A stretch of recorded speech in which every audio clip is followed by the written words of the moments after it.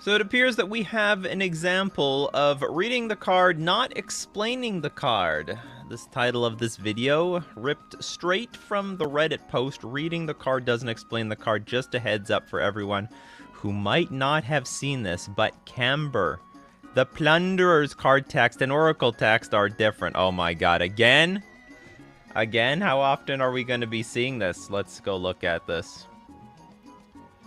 Camber, the Plunderer, coming out of one of those new Commander sets. It's going to be a partner with Loreen, the Diversion. Anyway, the most important is the bottom text.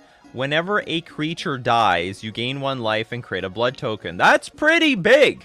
Like, that is pretty good ability. Whenever any creature dies, that's strong. Your creatures, your opponent's creatures, anybody's creatures. But the Oracle text on the side says, a little bit of a different story. Whenever a creature an opponent control dies, you gain 1 life and create a blood token. What is going on here? Wizards, do you not have enough space on the card to fit all your rules text? Because this is like 2 times in a row that they're doing this. Now, Magic the Gathering does have a response. We're looking into this right now, but believe this is an issue with the card images rather than the printed cards, which have the same rules text. We'll confirm the correct details and share them as soon as possible tomorrow. And it appears they did update. We have confirmed that this is an issue with the card images and doesn't reflect the final printing of the card. You'll find the Crimson Vow Commander you'll find in the Crimson Vow Commander decks. The rules on the printed card will match the Oracle text. All right. So, I mean, online, this won't make any sense. I guess this was an earlier digital iteration that never got updated. But I believe that if they've... I mean, they printed these things like 6 months ago. So, I mean, if they got the correct one, then they got the correct one. This is just a digital F-up. But the real card is going to get printed in the real way. They just got to update the digital image. Alright, well, welcome everyone to Coffee and MTG. I am your host, Nikachu, the Merfolk Master. Good morning. But I'm not, you don't have to be a Merfolk player to enjoy Coffee and MTG. You just have to enjoy MTG and coffee. Or tea. Or whatever the hell you guys all drink. And what's a morning show? What is a successful morning show without its sponsors? FusionGamingOnline.com. You can get all your Crimson Vow, sealed product from them. You know what you also can get? You can get beat up, chewed up, through the laundry, like dog drooled cards, HP and damaged MTG singles. It's actually not exclusive to that. You can get I think I looked up Tropical Island. I think MP is on their radar as well for the deal. Oh no, not MP for everything. I looked up some MP cards and they were discounted. Well, maybe okay, don't. Don't quote me on this. Whatever, you look up, you see the big... If there's a discount, there's a discount. But there are poorly conditioned cards. Get 15% off this week. The deal of the week at FusionGamingOnline.com. And don't forget, you can stack those deals. Get an additional 5% off and use coupon code Nikachu at checkout. Supports the channel, and why would you want to leave any money on the table? We're also going to thank Mana Traders, the premier place to rent Magic cards online. And the reason I'm playtesting Archmage's Charm on Magic the Gathering Online, because otherwise I wouldn't really want to buy this card to find out that it sucks and then have to sell it back to the bots. No, I can playtest infinite cards on Magic the Gathering Online when I've got the power of Mana Traders. You can support the channel using my Mana Traders link in the description below, or save 15% off your first 2 months using coupon code Nikachu. And let's get this show on. Good morning, everyone. Good morning, Mikey J, Amazing Wally, Trevor Just, Ventric, Tommy, Karen, Dr. Glassbottle, Steven, rooting for you at Vegas. I'm also rooting for myself. Thanks, Jeremiah. Shuck Creations, Alex, Renru, Ty Bell, all for last, Andrew, Gold Medals. Good morning. All right, you know the drill. 3 question marks before the question, 3 question marks after the question. Helps me find your questions amongst all the comments I'm getting on YouTube and all my other social media channels. We got people on Facebook. You see, we got Cody. Shout out to Cody. They're on the Facebook fam. But if you're on YouTube, Nikachu MTG streams the YouTube channel. You can donate with a super chat and your question gets pushed to the top of my feed. It's a great way to cheat the system. Ventric MTG, if the title is regarding Kamba, Wizards issued a statement that the error is with the card image and will not be reflected in the final printing of the card. That is correct. Those damn card images.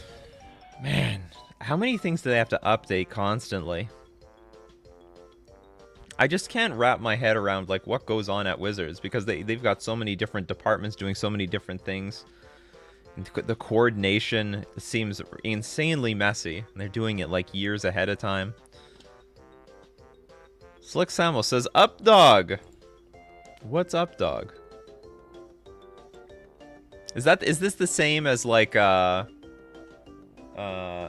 your nuts sort of joke? Or D's nuts? Azzy, I still don't know what the fuck regeneration means. Don't we all? I don't know, what's a regenerate? What is a creature that regenerates? I'm gonna look up a troll. The trolls regenerate. Okay, I might not give the best explanation for regeneration, but I'm gonna do my best, because I don't use any regeneration cards. But it's an old mechanic, and it's a stupid mechanic. I mean, they wouldn't print a mechanic like this today. Here's regeneration. You pay the cost to put a shield around the regeneration shield around your creature. If that creature would take lethal damage, so let's say someone lightning bolts the albino troll while it has regeneration, then you remove the regeneration shield. The creature, all damage was removed from the creature and is taken out of combat, and you have to tap the creature. And you have to tap it. That's a weird thing. If a creature regenerates, you have to tap it. I think I did well. I think I did well. Remove all damage from the creature, take it out of combat. And that's it. It's like the bubbles in Halo. Do you tap in Halo? It's a stupid mechanic, though. It is a very dumb mechanic. Do we have Thrun here? Some people are calling for Thrun the last troll. The trolls regenerate. They're regenerate. Oh, there we go. This is a playable one. How does it work with multiple instances of damage? Does it only prevent the lethal damage or all of it? It prevents up to the point where it's lethal. So if I... well, okay, Thrun is not a good example. Can't target it. So if I ping Sky Shroud for 1, nothing happens. If I ping Sky Shroud for 1, and it has 2 damage on it now, nothing happens. Then if I deal 10 damage to the Sky Shroud troll, the regeneration shield breaks, remove it from combat. But it's not like I can ping it once. And but then after the regeneration shield is broken, you can try to kill it again if you want to. Doesn't regeneration also... Yes. Anything that would make it lethal damage. So you can regenerate to... that's correct.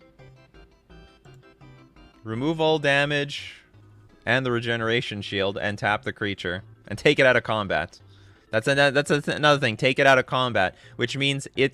let's say I attacked with the troll, my opponent blocked with a creature, and then they tried to destroy my Sky Shroud troll, and I regenerate it, the creature is no longer blocking this thing, so it won't deal damage to the creature that I blocked with. Yeah, it removes all previous damage. All damage is gone. It's a fresh new creature. It's a whole new troll. Whole new. Can I lay all damage on the stack and then regenerate? No. If you need to regenerate before it would take lethal damage. So you can't let it take 5 damage, then 10 damage, then 11 damage, and then regenerate. So, I mean, with the damage on the stack, you have to... Okay, well, and maybe I didn't answer your question properly. What you have to do is you do have to activate regenerate before it takes lethal damage. But after it takes lethal damage and loses the regeneration, like if there's any extra damage on the stack, it's gonna kill it. This is fucking 2021, people. I didn't know we'd be talking about regeneration. And people are learning! People are learnings. Damage on the stack. Well, I mean, if you're up against a burn deck. Not talking about the combat damage. Alright, Chris Williams with the super chat. Thank you very much. Sign of Opulence. Good enough for Commander, but not the set? Scion of Opulence. Scion of OP. 3 mana, 3/1. Whenever Scion of Opulence or another non-token vampire you control dies, create a treasure token. You can pay red, sacrifice 2 artifacts, exile top 2. Exile the top card of your library. You may play that card this turn. I don't even think this is that good. I mean, if they print it in the main set, I mean, I don't think it would see modern play. It's too expensive. It's too vulnerable. The cost is too high. You need 2 artifacts. Have you heard of Ragavan? Ragavan not only generates the tokens without your stuff dying, but also can play stuff for free. You don't need to sacrifice any of your artifacts. You don't have to sacrifice any treasures. Well, I mean, you might have to sacrifice the treasures in order to get the thing in play, but cast the creatures your opponents own. But you get what I mean. You get what I'm saying. Nico, what do you think about Chandra Dress to Kill? And the Sif and Canister rated it 2 out of 10. M. Hayashi meant best cheap planeswalker after Oko. Best cheap planeswalker? I wasn't impressed.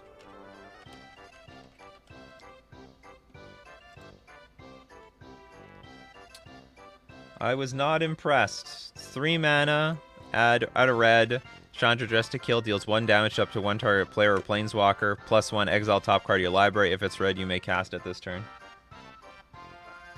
Well, let's see what M. Hayashi does. I don't think you can compare this to, like, what's it called? Oko. Maybe Ren and 6 is comparable. No, you can't. Here's the problem with Chandra. You can't defend the Planeswalker. Like, Oko can defend itself with high loyalty and also just making Elks on the board. Ren and 6 can defend itself by killing off the 1 toughness creatures on the battlefield. This thing can't defend itself. It's literally just going to come out. You're going to get either a damage in or, like... It actually is quite terrible. Because you can go +1 exile top... You're going to tap out, go +1 exile top card of your library. And then you can't even cast the card because you don't have mana up anymore. Anyway, so I don't... Let's see what M. Hayashi does. He forces a lot of cards in his deck. But that does not look like a worthwhile one.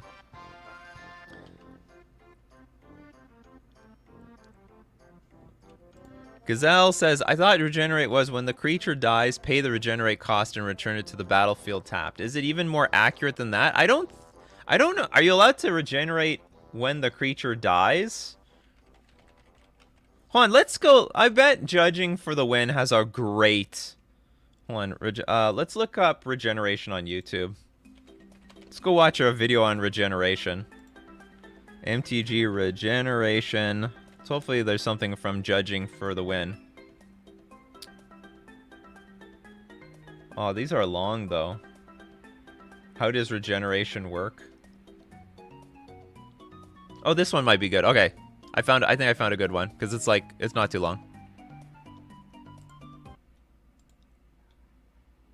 Our obsession since 1984. Our best tasting yogurt, Liberté Méditerranée. I don't care about your yogurt. The next big thing has dropped. The all-new Nerf. We're just gonna wait for the ads.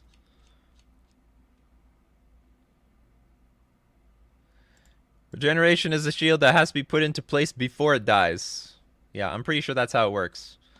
But let's we've got another. Let's watch a 3-minute excerpt from. I've got Garrison here with me as usual. Liberty Today's video MTG. was actually requested by someone on YouTube. They left a comment on one of the previous videos and said, "Hey, can you do one about Regeneration? That would really help me out." So here we are. We're going to do one about Regeneration. So we tried to find a card in Standard that had Regeneration, and we failed. There is none. There isn't any. So we found the most, Not quite. I guess the most recent card with the rules text on it, which is Ancient Silverback. Ancient Last printed in Silverback. M15. So the core sets are going to be the sets that have the rules text written out for the abilities on the card, if they're evergreen abilities. Yep. If they're a new ability, they'll typically put the reminder text on there. So why don't you go? Yeah, ahead let's and just get Regenerate. banding back into Modern. You know, 1 green Regenerate Ancient Silverback is the ability itself. But that reads, the next time this creature would be destroyed this turn, it isn't. And instead, tap it, remove all damage from it, and remove it from combat. All right, Oh, yeah, look at that. They got that. going on. I mean, they literally have the rules text on here. Unlike in the past. The next time this creature would be destroyed this turn, it isn't. Instead, tap it, remove all damage from it, and remove it from combat. I mean, it can't get any clearer than that. So, yeah, you have to put the shield on before it dies, because if it dies, well, then it's just dead. You have to do it before it dies. First of all, everyone refers to this as the regeneration. They did reprint shield. Shadow, but Shadow is a So realistic you can mechanic activate to this ability reprint. anytime you have priority, unless there's something restricting you from doing that. And that's going to put up the shield, as we call it. So it could be removed via, you know, a removal spell if someone casts Murder on it. It could be lethal damage in combat. So in this case, 5 points. What it damage, doesn't say is you can or put 5 if it has shields a on it. touch I mean, I creature, guess 1 point so. of damage would be enough. I don't know why it would be So what's gonna necessary, though. happen is I the guess if you have a creature, bunch of mana as a floating. blocker, it would be untapped. But as a blocker with regeneration, it's going to tap it. As an attacker, it would already be tapped. And then it's going to have the damage removed from it, not be destroyed. And then it's going to be removed from combat. If it So the dies, then it's interesting just part dead. is why it's being removed from combat. And why, do you know why that is, Garrison? Well, there's a lot, right? Yeah. Like it's not just one reason. Yeah, there's a lot So, of corner cases. Why don't you come up with one of them off the top of your head? Double strike. Okay. So, if you've got a creature that has double strike, and you double block strike. a creature that has regeneration, it's removed from combat when it regenerates. Now, if that attacker has trample, they're still assigning damage to the player. Let's see. Another instance would be if there's you have a card that creates another attack step. Yeah. The blockers would be removed from combat and tapped so that they can't block again. Mm-hmm. Is there? I don't know if there's much. Regenerate your creature cannot block that next attack step. Reasons for that. Yep. Good morning, Francisco. So yeah, I mean, pretty short video. Basically, there's 3 things happening. It's tapping the creature, regardless of if it's tapped or untapped. It's going to be tapped when it regenerates. Yep. It's not getting destroyed, obviously. You're removing any damage from it, and you're going to remove it from combat. Yeah, I think it's it doesn't actually. It's not like a flicker ability. No, it doesn't ever leave the battlefield. Correct. It stays in the battlefield. And then I guess another thing to note, especially like Ancient Silverback, would be you can use the ability as many times as you want to. Mm-hmm.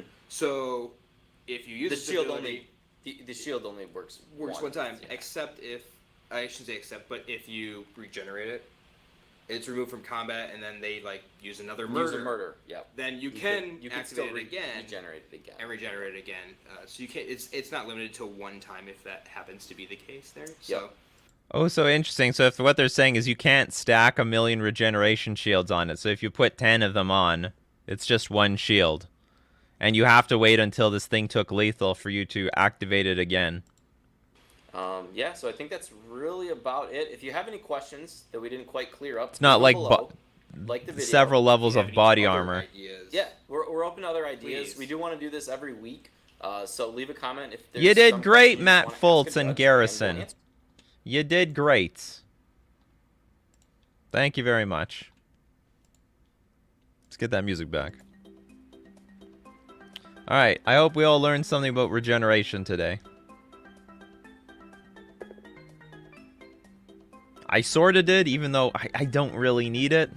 I don't intend on drafting anytime soon where I might encounter cards that regenerate. You're welcome, Slick Samos. You can stack regeneration shields in Magic the Gathering Online, so you can have 10 regeneration shields, and if one breaks, 9 still exist.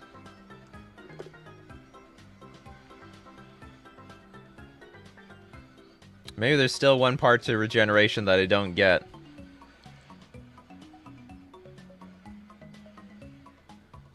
Well, we never encounter banding. At least, I mean, at least there's Thrun the Last Troll in Modern. So it might even be slightly relevant. Are you bringing Trellin over the show soon? Not anytime soon. So is that a guest, special guest that you want to see? Maybe I gotta start getting the guests back on at least once a week. Like, part of the reason of making the Nikachu MTG news thing is so that I could break up the most important segments of, like, guests that we have on. So we'll have Trellin in our thoughts. Thoughts on the current state of Spirits in Modern. It's a deck. It's not great, but it's not bad. It's probably a little underrated. I mean, they got a lot of tools that are being ignored right now. I think like Skyclave Apparition is fantastic in a metagame where you don't want to put anything in the graveyard for Murktide Regen or even for Lurrus to bring back. So they've got some underrated stuff going on there. Chris Williams, what was the mana curve guy you talked about a while back? The mana curve guy? I have no idea what you're talking about. What was the mana curve guy? Oh, Frank Karsten. Frankie. So I always put, you know what? I don't even look up Frank Karsten. How many mana sources do you need? And usually his article pops up. See, it's like the top article. That's free. And it's like, how many colored mana sources do you need to consistently cast your spells? A Guilds of Ravnica update. So anyway, there it is. By Frank Karsten.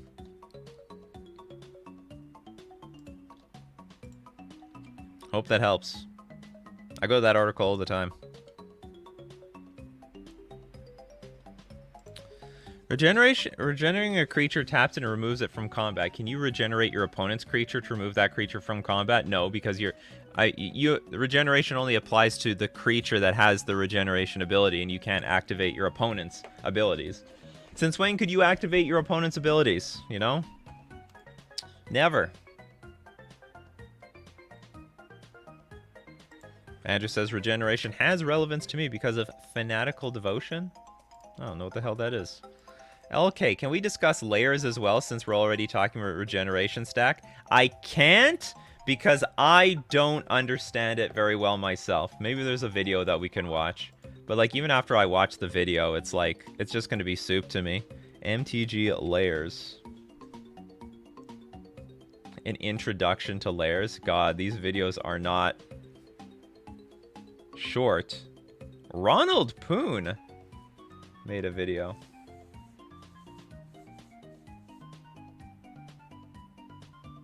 Okay, this one might be short. Well, I don't know. Hold on. Do it? Okay, maybe. Okay, we're gonna watch one for 10 minutes. How about that?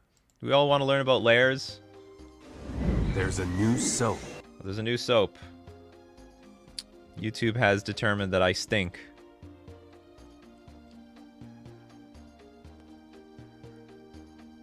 Hopefully this doesn't take too long. Is brought to you by CoolStuffInc.com, the best online retailer for Magic the Gathering singles and sealed product, and GatheringMagic.com. I swear this is a viewer. The game. Now it's time for Judge's Corner. Hey everyone, thanks for watching another episode of Judge's Corner. Today we're going to be talking about the interaction of continuous effects.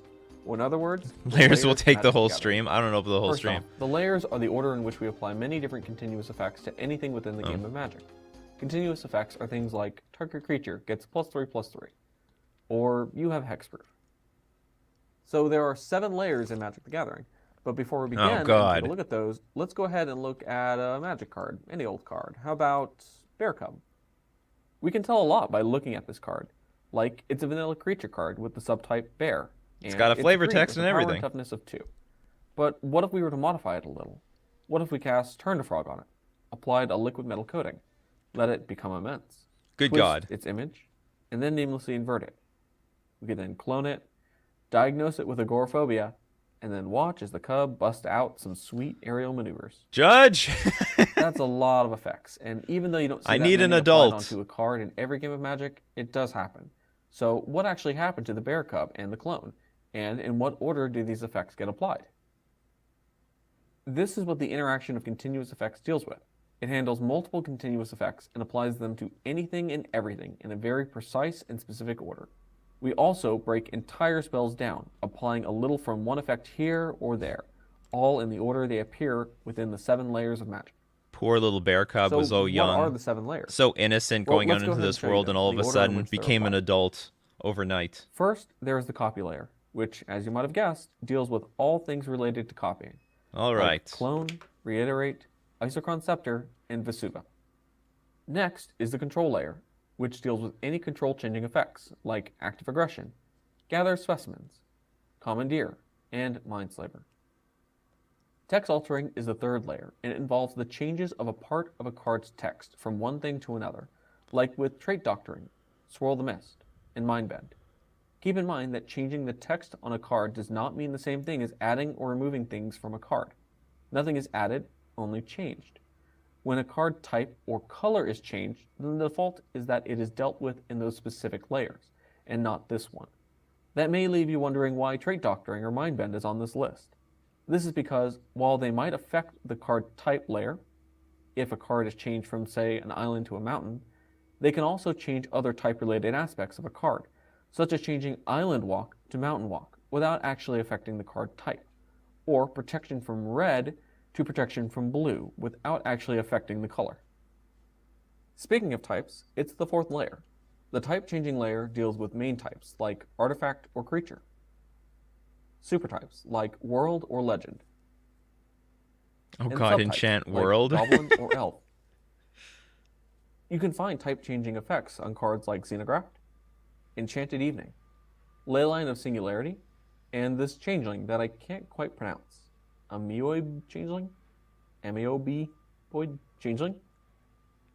The fifth layer is the color altering layer, and it deals with anything that messes with a card's color, such as Painter's Servant, Moonlace, Distorting Lens, and Blindseer. The sixth layer deals with adding or removing text on cards, such as with Gravity Well, Lace with Moonglove, or all 5 archetypes from Born of the Gods. The seventh and final layer is actually... This feels like a math class where I didn't learn the early stuff properly, and now I'm really not getting the later stuff at all. 5 sublayers, all dealing with power and toughness modifying abilities. It's probably the most frequently encountered layer and will need its own episode to go over. For now, we are just introducing you to the layers. First, there's the characteristic defining ability sublayer, which deals with any effects that derive the power and toughness of a creature from characteristics in the game, such as with Tarmogoyf in card types, or Nightmare in the number of swamps you control. The second sublayer is the power and toughness setting layer, which set the power and or toughness to a specific number, like with Omnibian, Diminish, or Godhead of Awe. The third sublayer deals with any power or toughness additions or subtractions. This one is pretty straightforward, with... There's sublayers? There's sublayers. There's layers within the layers. I mean, I knew there was layers. I didn't know that there was sublayers within the layers. Cards like Giant Growth, Dismember, Augur Spree, Moldavine Cloak, or Pinter. The fourth sublayer is the same as the third, but only dealing exclusively with power and toughness additions or subtractions through counters, like those seen with Wall of Roots, Hunger of the Howlpack, or Grim Affliction. Yeah, that's a thick layer. And the fifth and final sublayer involves any effects that flip the power and toughness of any creature, like that with Twisted Image.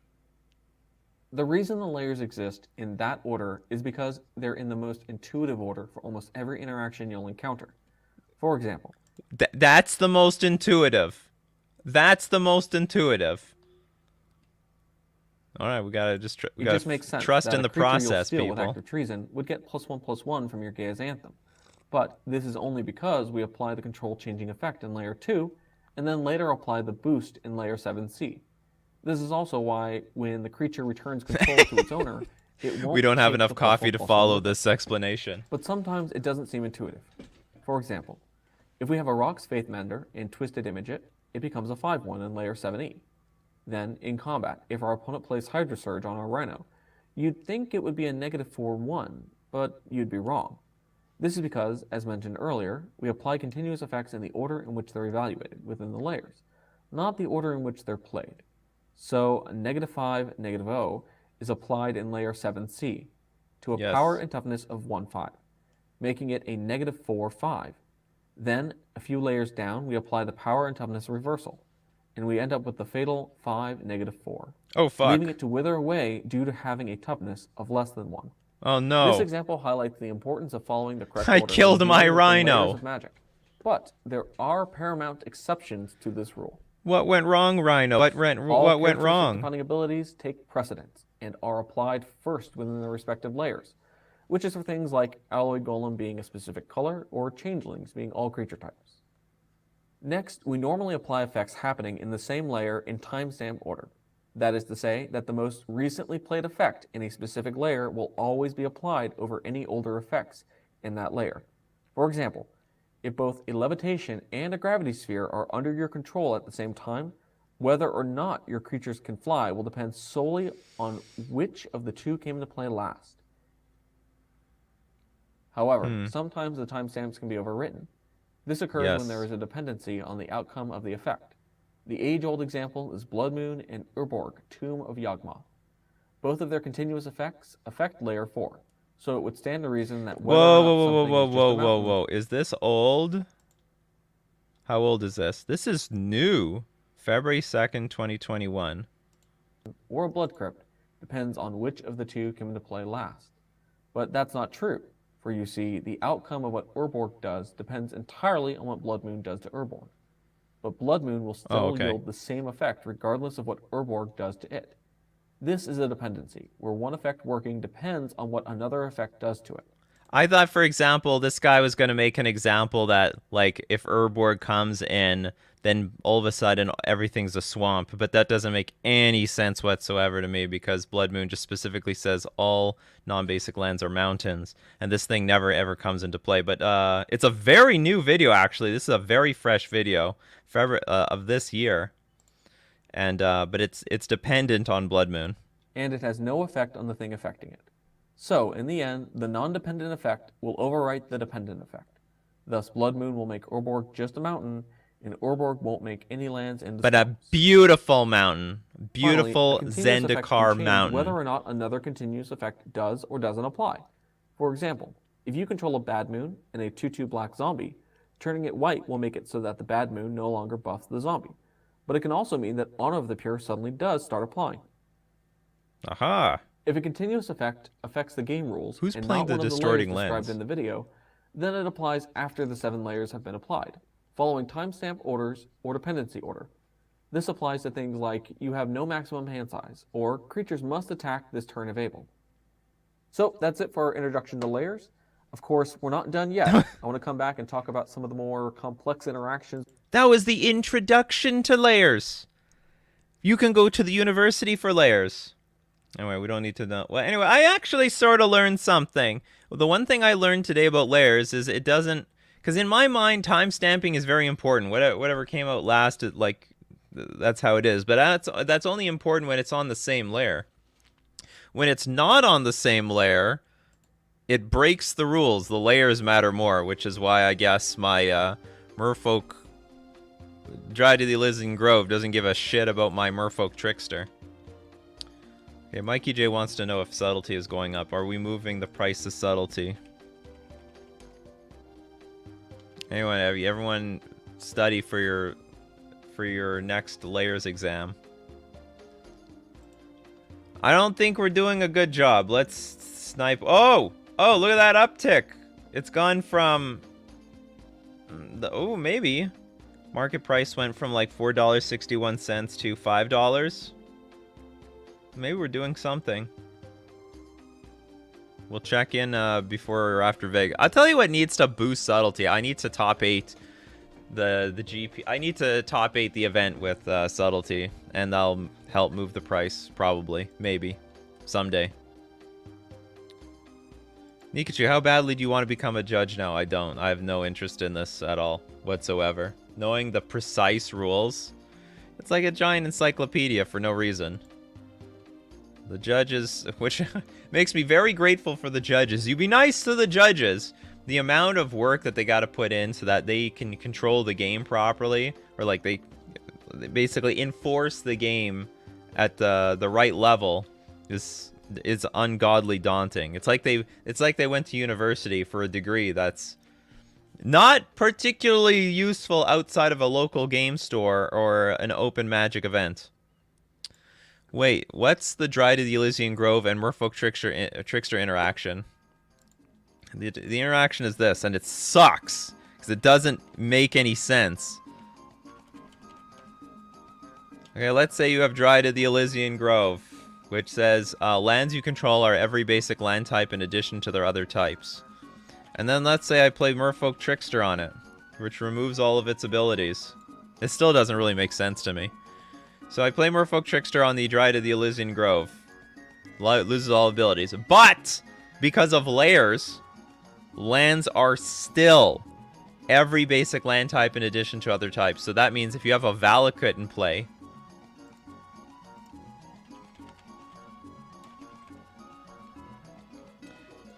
you can still shoot me down, even though I trickstered your stupid Dryad of the Elysian Grove. It's got no words on it, but the ability is still working. In my opinion, layers are not operating in an intuitive order. That should not happen. That should not happen. That is really dumb. We gotta mix the layering order somehow so that this interaction works. And that would be so helpful. That would be so helpful. Ventrix said, as a judge, COVID made a lot quit. I heard, actually. You know what? I know some judges. They said they're done. They're done. They don't want to pay the fees. They might come back. Like, when events come back, they're like, you know what? I want to go back to judging stuff again. Let's do this again.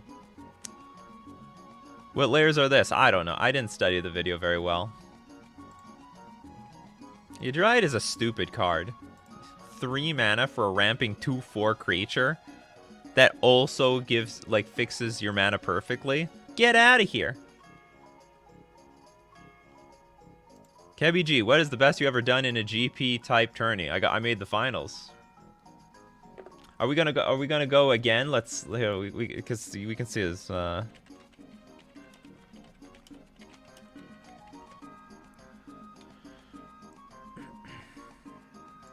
You wanna see? All right, we're watching a lot of stuff today. Oh God, this is long. Well, we won't watch all of it then. This is the day I made the finals of a Grand Prix. There's me on the left with Merfolk. Jonathan Zakzek against Josh And this was Everlake. the birth Josh of gets to be on Death the Shadow, side. by He's the way. third seed. Death Shadow was a He is nothing playing deck, and then what after this has to be tournament, said. it was This is everything, and Death has been Death ever since. Shadow. Who knows This what is would have happened if brand I new won with version of the Merfolk deck. here? Oh, Everybody thought it spoiler was alert, gonna I did go not away win the after GP. Bannings, but it turns out it got better. Yeah, and Josh playing very, very quickly. It looks like he has a flight to catch or something. But he starts out with a turn 1 Mishra's Bauble, looks at the top card, doesn't like it, which tells me again I can answer questions. Like he does. Yeah, we still see everything. Of Kozilek from Josh. Yeah.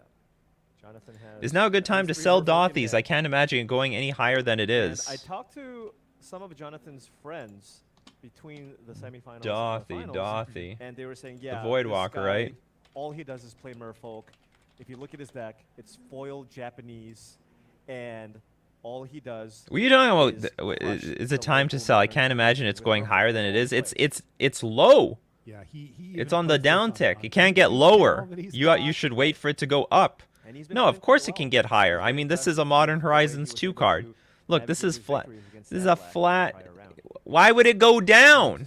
Is Is the question. How can it get any further down? I would hold. Personally. So it looks like John mulliganed. Down to I would hold. One land. Not sure what he chose to do with this. Run Boyle versus the Dryad players? Pretty I mean, solid people hand do that. out of John. That's a real thing. Lot Oh of yeah, forward game 1 is advantage. brutal. I kept a 1-lander on the draw. I mulliganed. And that's basically Kept the a Merfolk 1-lander on the right? draw. You have Actually, hand is a bunch of great Merfolk, for this 1-lander. I have basically 2 play curse something around catchers, 12 to so even if 16 I don't boards, draw a land, I have something some to master do. waves, And then if I just very peel minimal 1 damage. island, You have we're some in spread business, trees, baby. you have a few We're gonna dismembers, beat that and Death that's pretty Shadow good. for lunch. We're gonna eat that Death Shadow for lunch. He's going to take one of the 2 curse. Nikachu doxing himself. It's very hard. It's very hard to keep the real identity quiet when you play competitive Magic. A lot of removal in his hand. And not a lot of lands. Yeah. Although no one knew my real name prior to this tournament. They figured it out afterwards. Could cast a Tarmogoyf if he had one. By the way, I love the way you reveal your hand to Thoughtseize. I do that way now. Oh yeah, you're just throwing it to the opponent. You Thoughtseizing scum! You want to take my cards? Alright, take my fucking cards.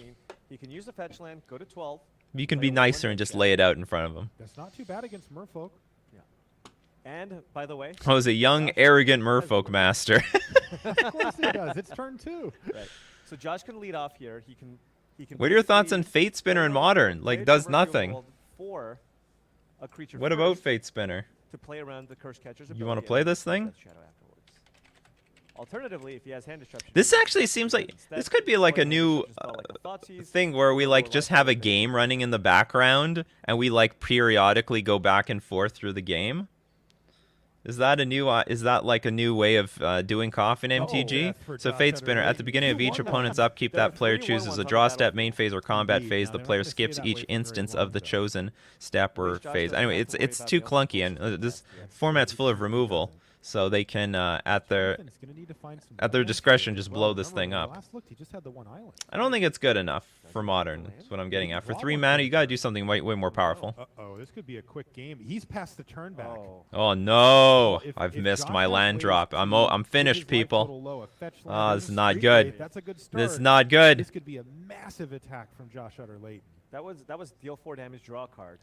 Thoughts on the Infect aggro in Modern? Black-green or blue-green? I think black-green probably is the way to go. Utilize Thoughtseize. Yeah, It's not that bad either. Start from Josh Utter-Layton. Yeah, It's really not that bad. I think I don't know if blue-green has anything. Like, especially with Ignoble Hierarch that got printed, now you clearly can lean into black-green. It's not so clear that blue-green is better, especially with so many Ren and 6s in the format. Or another Death Shadow if he wants. The Pond Bass Master in action? In his hand, meaning that on the following turn, What would it take to make Modern a less removal-heavy format? More combo decks. If a lot of combo if Modern was dominantly combo decks that didn't use creatures, then the people would just play less removal. But Modern is dominantly a creature-based format. That's why there's so much removal. Still doesn't do a whole lot here. Don't know if it's been brought up, but Spike played against Merfolk with Archmage's Charm and it looked good. What do you think? I'm playtesting it.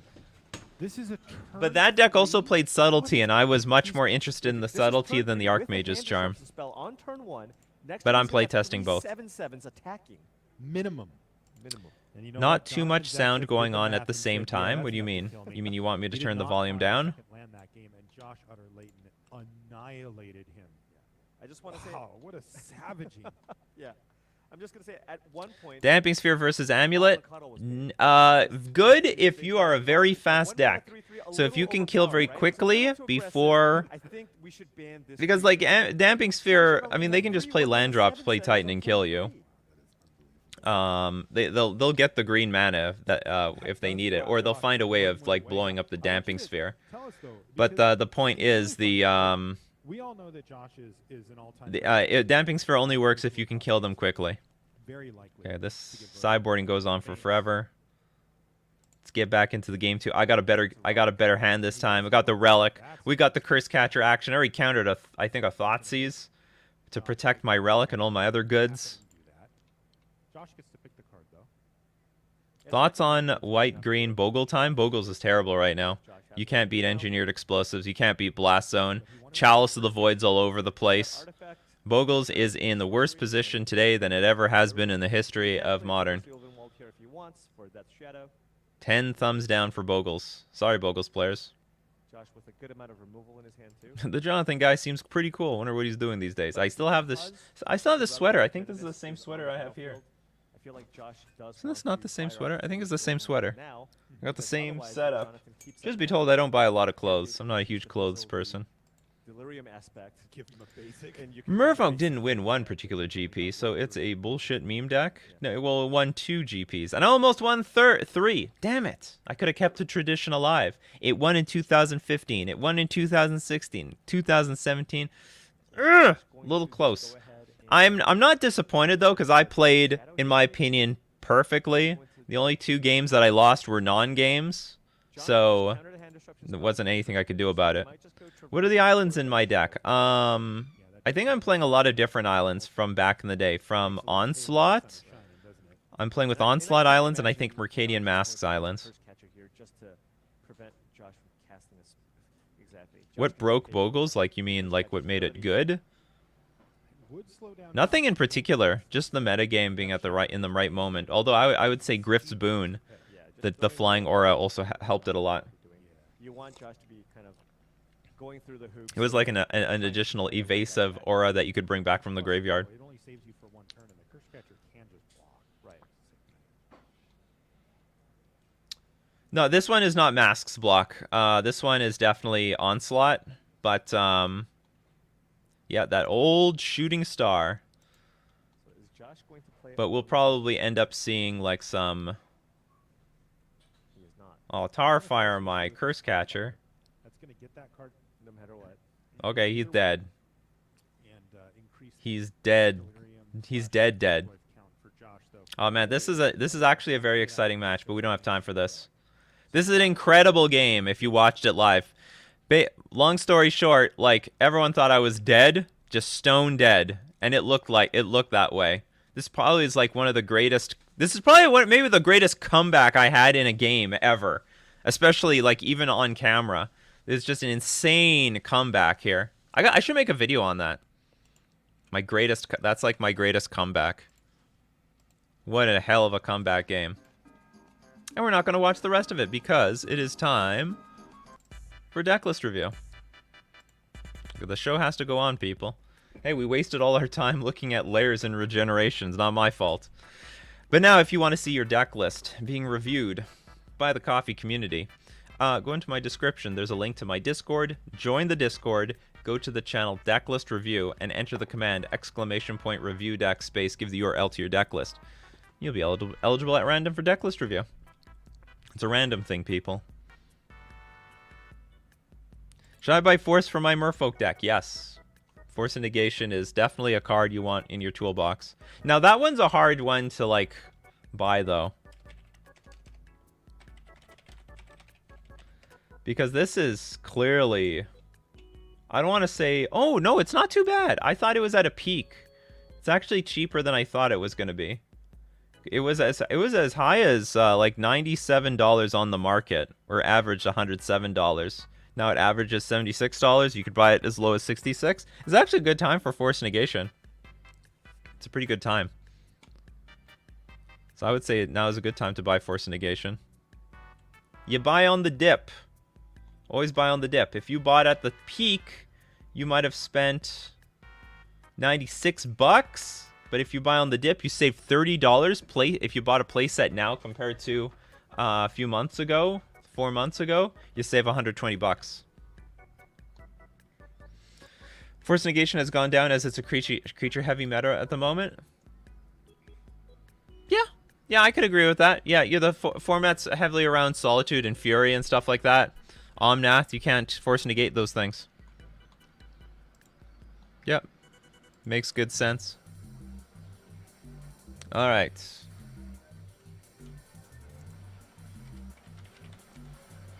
Let's take a look at our random deck list. Registered Merce. You're the next contestant on Decklist Review.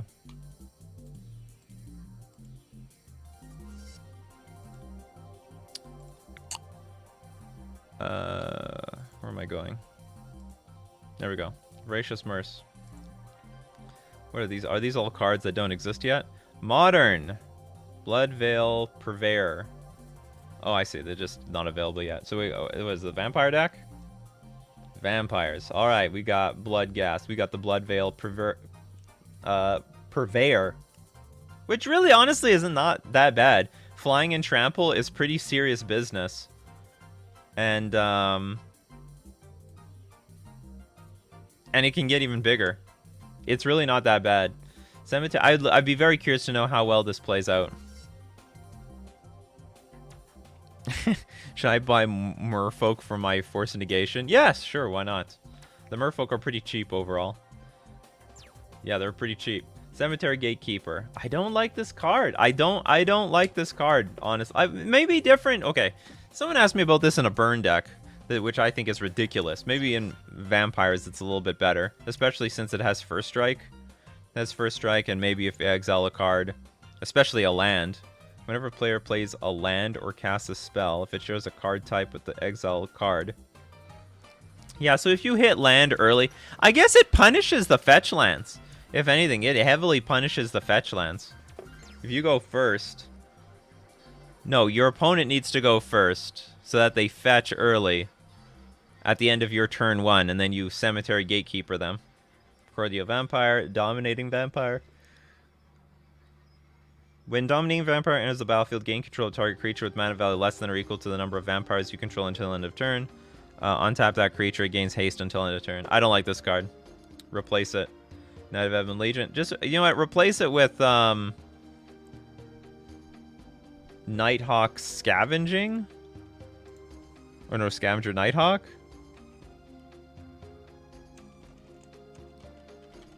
Something Scavenger. Oh, it was, yeah, Nighthawk Scavenger. I thought it was Nighthawk something or Scavenging something. I couldn't remember. So, replace it with Nighthawk Scavenger is a great 3-drop in this slot. Nothing wrong with that. Viscera Seer, Knight of Ebon Legion. I don't know if Seer is that good in this deck, because you don't have a lot of vampires to sacrifice. Like, you just don't have any extra stuff. But I do hear you. You want some more 1-drops. Gatekeeper is super good if you can snipe a Dryad Arbor. I mean, if it's hard, though, because you need 3 mana in play. And at that point, like, that Arbor has already done some damage. Ether Vial, Blackleaf Cliffs, Blood Crypt, Bloodstained Mire, Cavern Soul, Swamp, Urborg, Fuldarin Estate. I guess, but I think that you're probably going to deal more damage. No, I'm going to say no. I don't like this card. I think this is a bad card. I think if you want to play a land that will do something, hold on, but you need the mana, because it is mana fixing. 10, 13. How many red cards do we have? Well, we're not playing this one. You should just play, what's it called? The Castle. Just play Castle Lothwain. You need a swamp for this thing to come into play untapped, but, like, it's just better than this. It costs less mana to activate, like, a lot less. And you just draw a card. Like, you're playing an Ether Vial deck, so the odds that you have 6 lands in play is very low. Very, very low. Yeah, maybe play Stromkirk Noble. That's not a bad idea instead of the... oh, but then we need 4... No, but we have Ether Vial, so we can play Stromkirk Noble. That's not too bad. Strom.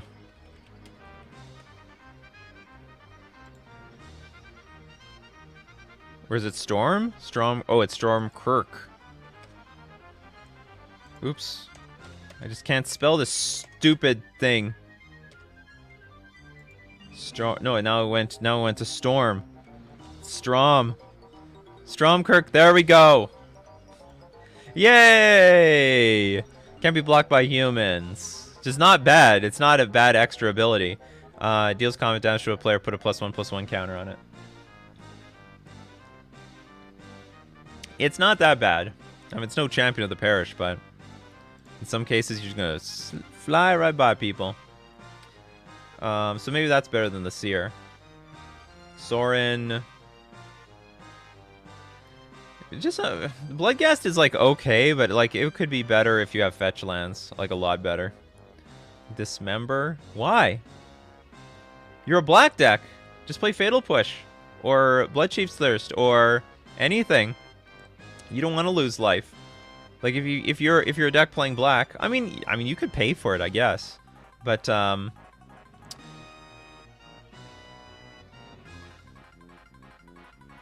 to think what else you could run.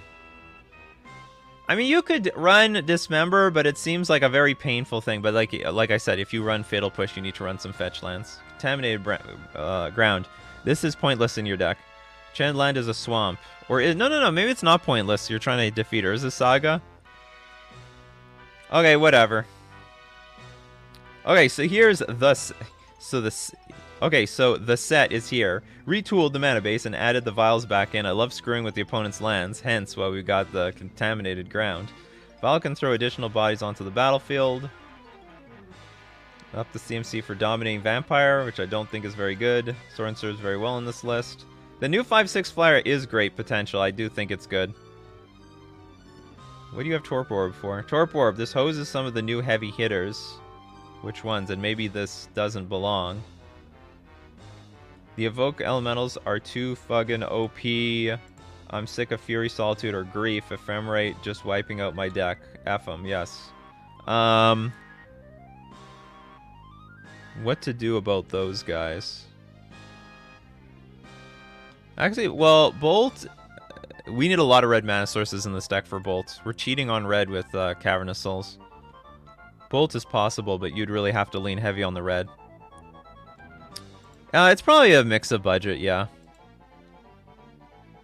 Maybe with the Horizon lands over Estate, since similar aggro tribal decks do the same. I would still...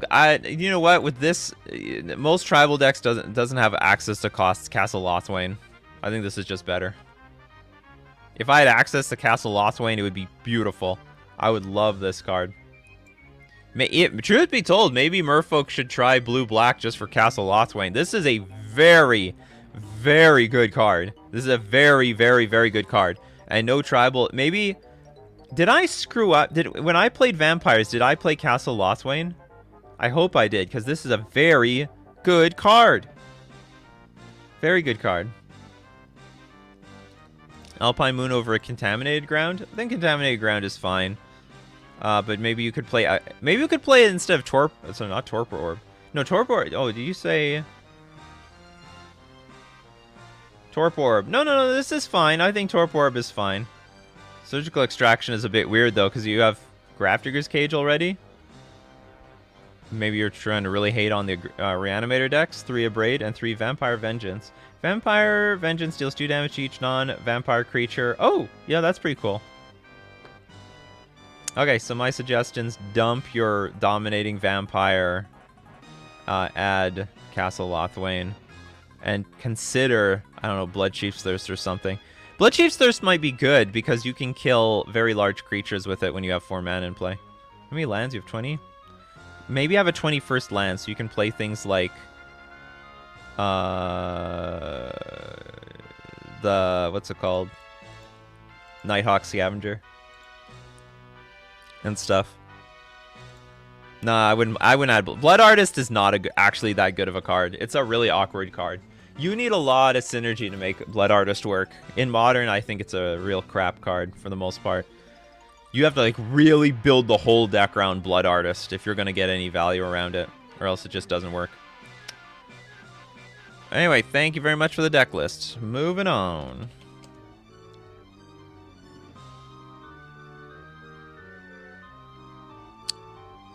Pomposo Type R with a Hardened Scales Affinity deck. And truth be told, probably Hardened Scales is underrated right now. Probably very underrated. There's like no artifact hate in the metagame. Well, I guess, okay, maybe it's not underrated. I forgot that Solitude probably just blows the fuck out of this deck. Because this deck...